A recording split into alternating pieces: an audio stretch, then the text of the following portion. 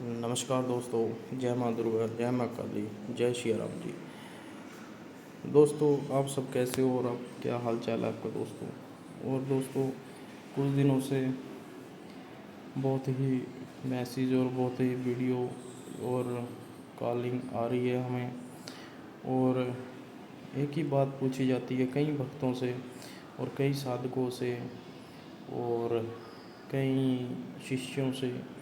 एक ही बात सुनने में आती है कि गुरुजी, आपने जितनी भी साधनाएं करवाई हैं उन साधना का बहुत ही हमें आनंद मिला है, और हमने जो भी साधनाएं करी हैं उस साधना में आपने हमारा साथ दिया है दोस्त। तो मुझे भी अच्छा लगता है। धन्यवाद आपका दोस्तों, जितना भी आपने मुझे प्यार दिया है और प्यार दे रहे हो। मैं आपका आभारी रहूँगा, क्योंकि देखो, मेरा कार्य ये है कि देखो, सबको साधना मार्ग में लेके आना और आगे बढ़ाना, कि सब लोग साधनाएं करें। और जो लोग हमारे सनातन धर्म से भी नहीं जुड़े हुए, इनको पता ही नहीं है क्या है क्या नहीं है, उनको भी मैं कहता हूँ कि एक बार साधना मार्ग में आकर के देखो, और फिर आपको पता लगेगा कि वाकई में ही साधनाएं होती हैं, और साधनाओं से अपना हम जीवन सफल बना सकते हैं, और आगे भी दूसरों का भी जीवन सफल बना सकते हैं और मार्गदर्शन कर सकते हैं। पहले बुजुर्ग होते थे, वो क्या करते थे, वो साधना ही करते थे, पर उनका ये नहीं था कि वो एक जगह बैठ के साधना करते थे। उनको पता नहीं था कि साधना क्या होती है। कईयों को पता था, पर वो प्रमोट करते थे, पर कोई ध्यान नहीं देता था। वो पहले क्या होता था, जैसे कोई एक नाम जप रहा है, राम राम राम राम, जय माँ, ऐसे जपते रहते थे। तो वो जपते जपते जपते 10-10 करोड़ मंत्र जप लेते थे, और जपते जपते उनको सिद्धि हो जाती थी। और सिद्धि ऐसी होती थी, अपना जैसे उन्होंने मुंह से किसी को बोल दिया, जा तेरा काम नहीं बनेगा, तो उस इंसान का काम ही नहीं बनता था दोस्तों। और जब किसी को बोल दिया तेरा काम बन जाएगा, और उसका काम बनता था। पहले बोलते थे कि बड़ों का आशीर्वाद लेना चाहिए और वो कार्य करता है। पहले इसलिए बड़ों का आशीर्वाद लेना चाहिए कि जो कार्य करता है, तो बड़ों का आशीर्वाद तब जैसे सिद्धि होती थी, और उनको पता नहीं होता था बड़ों को कि हमारे पास सिद्धि है, तो वो कार्य करता था। वो बोलते थे सदा सुखी रहेगा, और सदा ही सुखी रहता था वो इंसान। तो इसलिए अब जो कलयुग है, अब आने वाले जो अब समय चल रहा है, इसमें अब इतना वो नहीं रहा है कि कलयुग ज़्यादा है, बुराई ज़्यादा है, अच्छाई कम है। हम इसलिए जो बुराई का हम नाश करने को निकले हैं, कि कोई भी इंसान बुरा ना सोचे, बुरा ना करे, साधना मार्ग में पड़े और अपना जीवन सफल बनाए, और दूसरों का भी जीवन सफल बनाने दे। क्योंकि दोस्तों देखो, जो साधना मार्ग है, साधना मार्ग में आने के लिए इंसान को तपना पड़ता है, और तपने के लिए जपना पड़ता है। जब जपोगे तभी तपोगे, जब तपोगे तभी ईश्वर से मिल पाओगे। कहने का मतलब ये है, कई लोग ये पूछते हैं कि देखो गुरुजी, आपने अप्सरा साधना कराई है, यक्षिणी साधनाएँ कराई है, किन्नरी साधनाएँ कराई हैं, बहुत साधनाएँ कराई हैं, लाल परी साधना कराई है, सुलेमानी लाल परी साधना कराई हैं। तो गुरुजी, हमें ये बताओ कि जिन्होंने साधना नहीं करी हुई, जो ये पूछते हैं कि गुरुजी, अगर हम यक्षिणी साधना करेंगे क्या हमारे साथ भूत प्रेत आएंगे, या किन्नरी साधना करेंगे क्या हमारे साथ भूत प्रेत आएंगे, या अप्सरा साधना आएंगे तो भूत प्रेत आएंगे, कोई भी साधना में भूत प्रेत आएंगे, कैसे आएंगे। देखो दोस्तों, भूत प्रेत तो आते ही आते हैं। भूत प्रेत तो अगर आप साधना ना करें ना, तब भी आपके घर में घुस जाएंगे। क्यों? आप क्या करोगे ना, कुछ चाय या मीठा कुछ खा पी के चौराहे पे चले जाओगे रात को या सुबह दोपहर को, कहीं किसी भी समय, और वो बैठा होएगा, वो आपके ऊपर बैठ जाएगा, आकर घर में घुस जाएगा, और इधर उधर अपना डेरा लगा लेगा कोने के अंदर, और उसके बाद वो इलाज उसका वो मुश्किल हो जाएगा, और आपको पता भी लगेगा कि भूत प्रेत आपके कोने में, घर में कोने में बैठा है या आपके ऊपर बैठा है।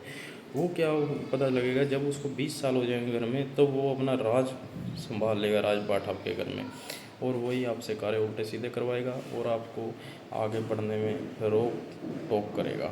ठीक है दोस्तों, इसलिए जो साधना है, साधना मार्ग इसलिए है कि साधना जब आप कर लोगे, तो साधना में आप आगे बढ़ पाओगे और अपना इलाज भी करवा पाओगे। क्योंकि दोस्तों देखो, जो साधना मार्ग है, साधना मार्ग एक ऐसा मार्ग है कि जो बड़ों बड़ों को ठीक कर देता है। और साधना में क्या होता है कि जितने लोगों ने भी साधनाएँ करी है, वो लोग कभी भी उनको हानि नहीं पहुंची है, कभी भी उनको नुकसान नहीं हुआ है, और वो लोग हमेशा ही आगे बढ़े हैं दोस्तों, हमेशा ही।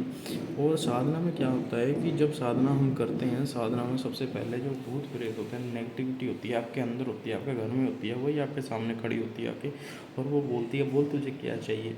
तब आप बोल दो कि हमें कुछ नहीं चाहिए। हाँ, कुछ भी ना बोलो, चुप रहो, अपने जाप में ध्यान लगाते रहो, और वो चीज़ फिर आखिर में भाग जाएगी डर के मारे कि ये बंदा हटने नहीं वाला साधना करने से, तो मैं भाग ही जाती हूँ।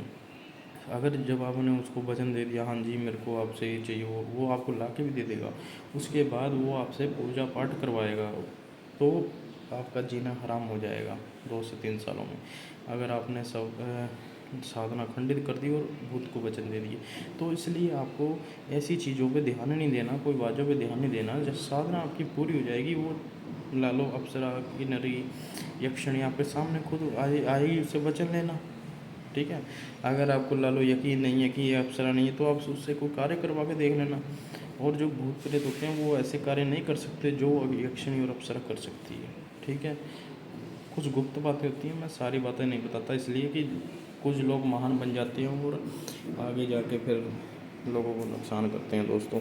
तो इसलिए दोस्तों मेरा कहने का मतलब ये है कि जितने भी आप आगे से आगे साधना में बढ़ोगे, आपका फ़ायदा होता रहेगा, और कभी भी आपको नुकसान पहुंचने की कोई भी दिक्कत नहीं होगी। क्योंकि देखो, मन तन धन अगर आप एक साथ लेके चल रहे हो, तो आपको सफलता मिलेगी मिलेगी, अन्यथा आपको सफलता नहीं मिलेगी। क्योंकि दोस्तों इसमें सबसे ज़्यादा, आपको मैं बता दूँ, इसमें सबसे ज़्यादा आपका जो माइंड है वो एक तरफ होना चाहिए साधना में। ये नहीं है कि आपका माइंड एक तरफ नहीं है और आप सोच रहे मैं वो साधना कर लूँ, ये साधना कर लूँ, वो साधना कर लूँ। तो सबसे पहले आपका माइंड एक तरफ होना बहुत ज़रूरी है। और दूसरा, आपका जो शरीर है वो बिल्कुल साफ़ सुथरा होना चाहिए। आपको गंगा जल में नहाना चाहिए, आपको गंगा जल बाल्टी के अंदर डाल के थोड़ा सा उसमें नहाना चाहिए, और उसके बाद आपको गुरु मंत्र जपना चाहिए, फिर साधना करनी चाहिए, ठीक है। और तीसरा, जो आपका धन है उसको अच्छी तरीके से अपना लगाना चाहिए, दान पुण्य में लगाओ और घर में कार्यों में लगाओ, ठीक है। माँ बाप की सेवा करो। कहने का मतलब ये है कि जब तीनों चीज़ें इकट्ठी हो जाएंगी, तो आप कोई भी साधना, ये नहीं कि जो नहीं कर पाओगे, आप हर साधना कर पाओगे, और आपको कोई भी नहीं रोक पाएगा साधना पूरी करने के लिए। देखो दोस्तों, जैसे हमारे कर्म होते हैं वैसे ही हमको मिल जाता है। अगर हम बुरा करेंगे तो बुरा मिलेगा, अगर हम साधना लगा लो बीच में छोड़ते हैं तो उसका नुकसान तो होता ही होता है। पर कुछ लोग जिनका दिल छोटा होता है, दिल हल्का होता है, उनकी साधना सफल नहीं हो पाती। क्योंकि दोस्तों देखो, साधना करने के लिए मैं ये नहीं कहता कि आपको बहुत बड़ा जिगर चाहिए, मैं इतना कहता हूँ कि आपको माइंड आपका रिलैक्स होना चाहिए साधना के समय। क्यों, जब आपका माइंड रिलैक्स हो जाएगा ना साधना के समय, तो आप कोई भी साधना कर सकते हो और आसानी से कर सकते हो, ठीक है दोस्तों। जय माँ दुर्गा, जय माँ काली, जय सिया राम। फिर मिलते हैं दोस्तों।